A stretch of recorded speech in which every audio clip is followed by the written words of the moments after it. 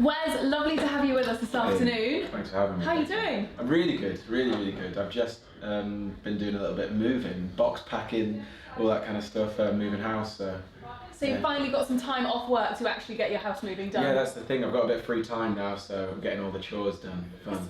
You have had the most ridiculous, crazy 2 years. It's been very jam packed. I've done Dancing Ice, The Swim, Love Island, and then all the bits in between touring. I was going to say, if someone had said to you 2 years ago that by now you would have been performing live on the X Factor, That's basically ridiculous. swung the I still can't channel. believe that. What else have you done? You've basically become a professional ice skater.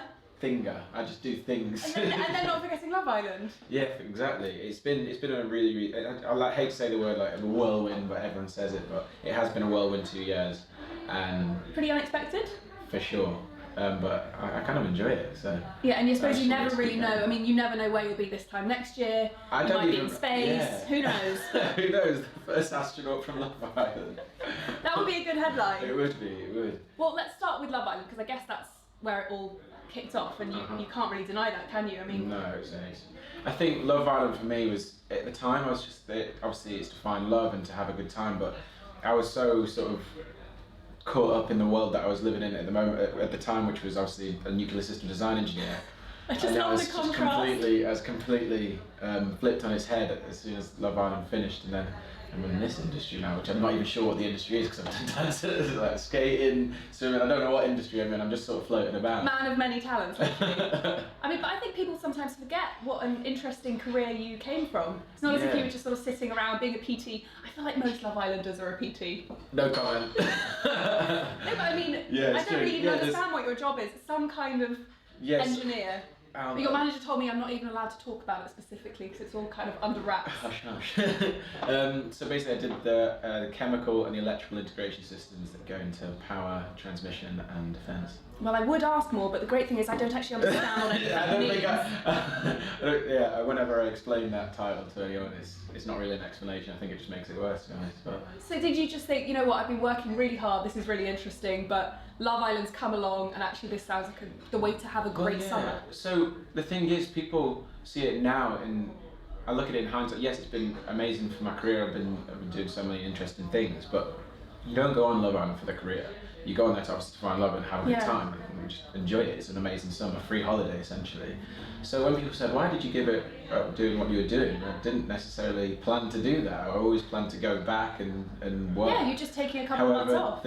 there's opportunities that have risen and I've taken them. I've taken them with both hands and they've been really good fun. But I could always go back if I wanted to. And you've got those qualifications. Exactly. Yeah. It's a very niche sort of industry. Smart man.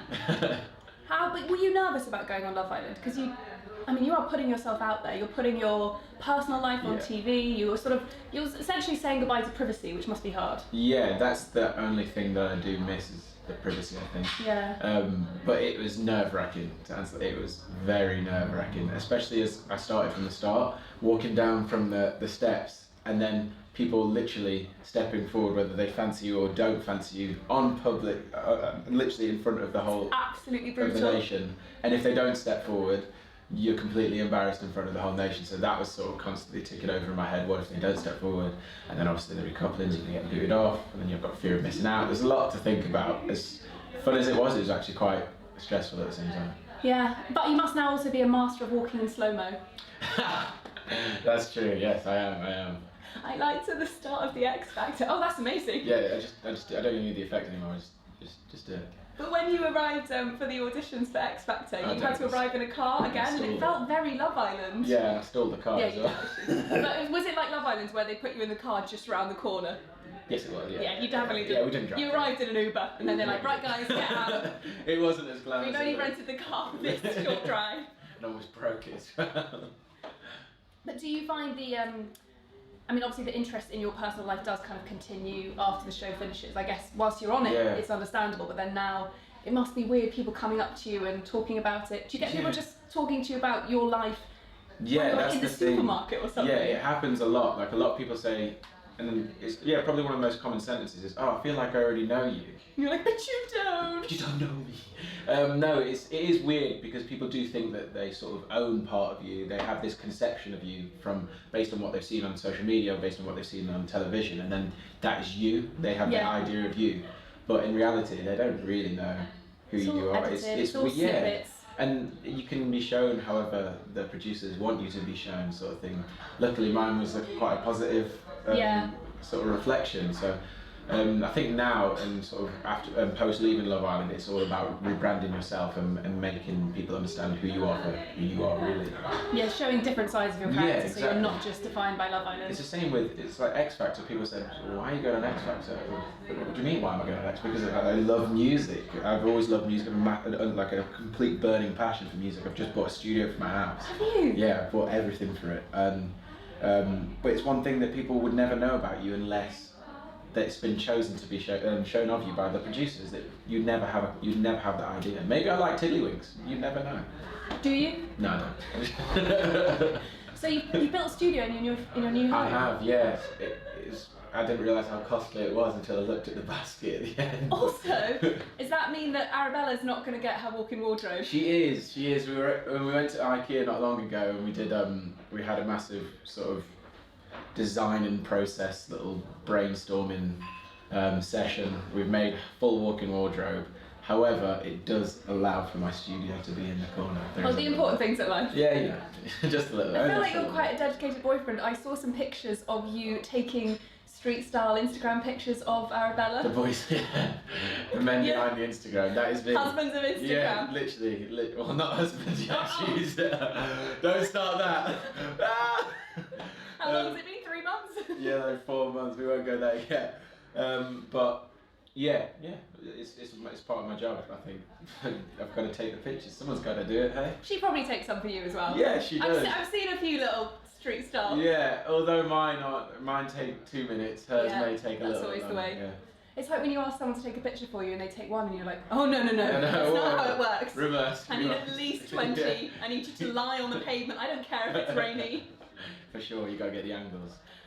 What would you say has been the biggest lesson you've learnt since going on Love Island? That you can't please everybody. And I think that's something you've got to accept. You can't, there's always going to be haters, you're always going to have people that don't like what you do, there's always going to be people that love what you do. However, you can't please everyone, and people get sort of caught up in this sort of making everything look perfect, and they feel so under pressure to make their life look incredible and so perfect for everyone, and everyone love it and be accepted by everyone because they're sort of seeking acceptance from people because they have these massive reaches. But the fact is, you're never going to be able to get that sort of reassurance from everyone. Someone's always going to have something to say, and people get super stressed out and caught up on trying to please everyone, and you can't do it. You just got to be yourself, enjoy what you're doing first of all, and people love to see you happy. So I think also that's probably quite a good advice for everyone living in the real world as well, whether or not you're an influencer with millions of followers. You can't please everyone, and if you spend your life looking for validation, you'll end up being the one that's actually upset and not please yourself. So have you got any sort of lessons to live by when it comes to dealing with social media? I try and just make it as organic and as me as possible. Like if we're doing, it could be anything, it could be branding, it could be fashion shoots and stuff like that, but I'd like to have fun with it. I'd like to think I'm quite a fun person. So all my pictures are mostly smiley. I'm never really taking super serious blue steel like Smolders. I'm sure you've got a blue steel in you, Wes. That's quite good actually. That was a good one. I've been practicing. Smile with those eyes. Yeah, exactly. But no, I try and make my Instagram as a sort of a true reflection of me, and just keep it fun and happy and vibey. And then I guess also probably just turn it off sometimes as well. Switch your phone off. Actually live in the real world. It's weird that since I think I was on my phone more before Love Island than I am now, and it's. Oh, that's amazing. Because it's like work for me now, isn't it? Yeah. So as much as you have to be like on the ball all the time, it's work. So sometimes it's nice to just put it away, go take the dog for a walk, do little bits, and just do the normal things. You guys got a dog. Yeah, Astro is the greatest thing in the world. I mean, that is a sign of a serious relationship. Yeah, that's very cute. He's the cutest little dog in the world, and he'll be coming in. We've got him a nice little new bed for the new apartment. We bought him some toys as well. Oh, sweet. And he's the cutest thing. And talking of work, what would you say has been the kind of best opportunity that has come your way since you kicked off this whirlwind of a career? Oh, because I bet you get some funny offers as well. Yeah, I think I just loved X Factor so much.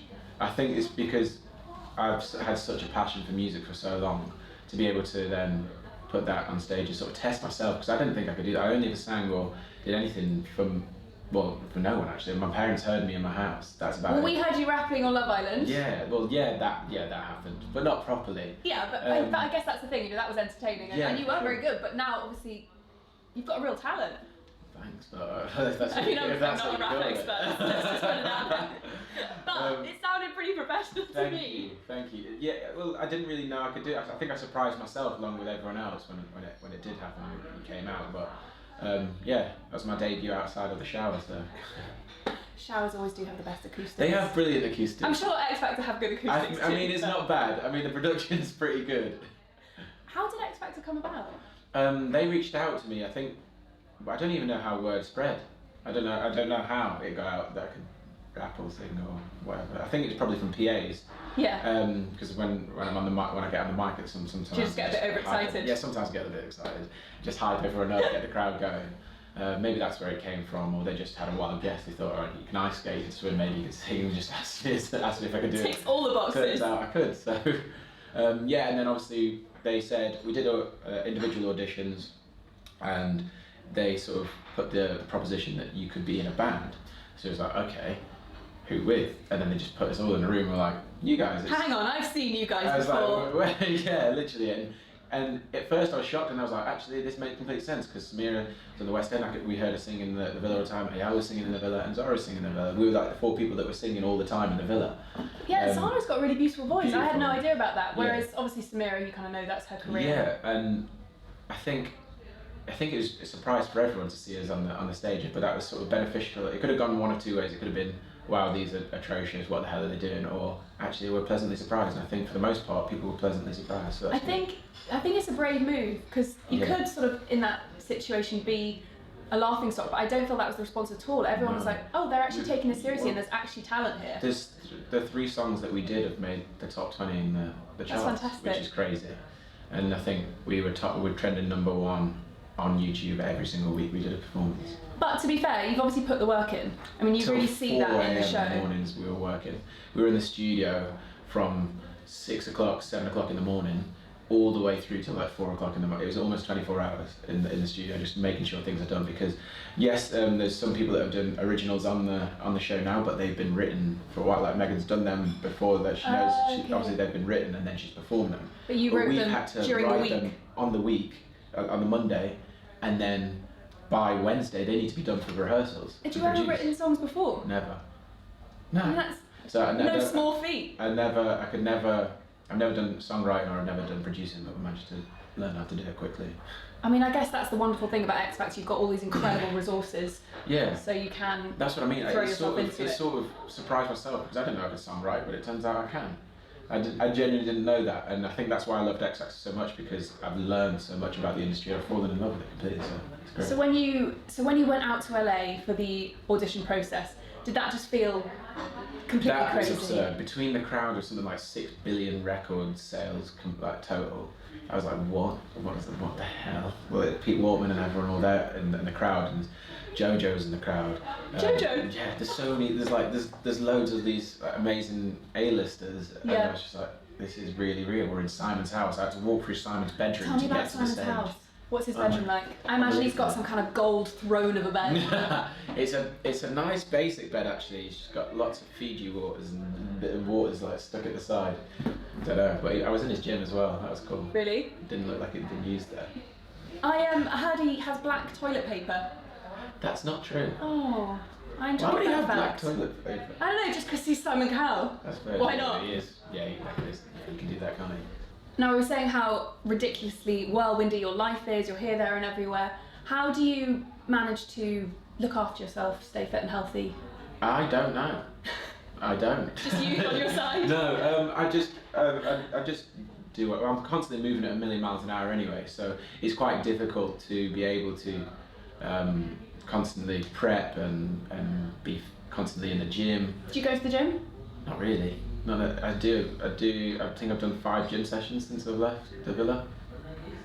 I mean, that is a bit unfair because you sort of, without sounding vaguely creepy, you sort of look like you go to the gym. Yeah. So I feel like people will not enjoy hearing that. Yeah. I think people would like to believe that the people who look good on Instagram are the ones that, they spend 6 hours a day in the gym. Yeah, I actually don't. No, I've got a good diet. I think I just eat well. Talking of diet, do you cook? I do, when I can. I'm never really at home. So it's difficult to cook when you're in like an X Factor, shed or something like that. X Factor shed, yeah. All the glamour. Literally. If you were to cook for your lovely girlfriend Arabella, what would you cook as a romantic meal? I'd probably cook Caribbean. I think I'm just good at cooking that. That's one thing I know I can cook. She probably wouldn't enjoy it as much as I would, but I can cook that. Put the effort in though. Yeah, it's the thought that counts. And then when you're on the go, I hear you're a massive fan of Tuk In. I am. No, these are what saves me. Dancing on ice, these were the go-to. And everyone in the changing rooms when we went in there nailed them. So I took a big crate of these into the changing room. That's how to win friends. And I put do not touch Wes's food, blah, blah, blah, because I didn't really like the food that was at Dancing on Ice that much. ITV, got to step that one up. And I said do not touch. By midday, nearly all of them were gone. I was just like, cheeky. Yeah, nearly. But I did have my korma ones. There's that. So which is your favourite? The korma or the tikka. They're the best ones. Actually, Arabella likes the veggie one. Yeah. And do you have them hot or cold? You can have them cold. You can have them hot or cold. I think I prefer them hot because I like the texture when it's squishier. Yeah. But you can have them cold. I love the whole concept though of a curry in a naan. I just don't know how no one's thought of this before. Do you know the things that you just see, you think, this must have been around for years. Like, this got to have been around for years, but it hasn't. They are genius. They actually are genius. Where's you stealing one? I'm not stealing anything. I'm sure they will send you a crate if you want some more. Talking of keeping your energy up, you have just done a big house move. I have, yeah. And it was, energy draining. It's a lot of lifting. Who does the heavy lifting? Of course, me.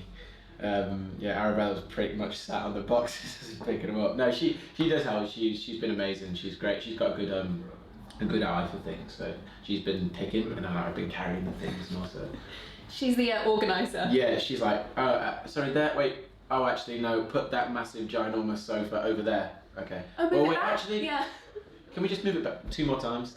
Literally. But it's been really fun, and it's an exciting time, isn't it? When you're moving in, you get like on the first night I was probably going to be sleeping on just a little mattress because the bed's not arrived yet.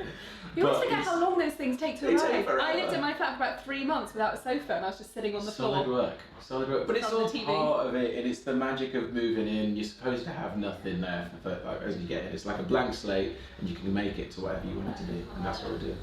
And who's got more stuff? Arabella has got so much stuff. Has she? Oh, so much stuff. And who's carrying it? Oh, yeah. Yes, there is so much stuff. When I do the man tidy. You're in Arabella's like. Or just shove it all in the cupboard. Yeah, you know it. I don't even need to tell you what a man tidy is. It's just like you grab it, and then that'll fit. It looks perfect, darling. And because when you shut the door, everything looks great. It's just when there's a massive avalanche of clothes that comes out when you open it. So what's next for you? They're like, it could be anything. For me, I think I just love working in music. I think I've completely fallen in love with the industry, and I think I've done so many things.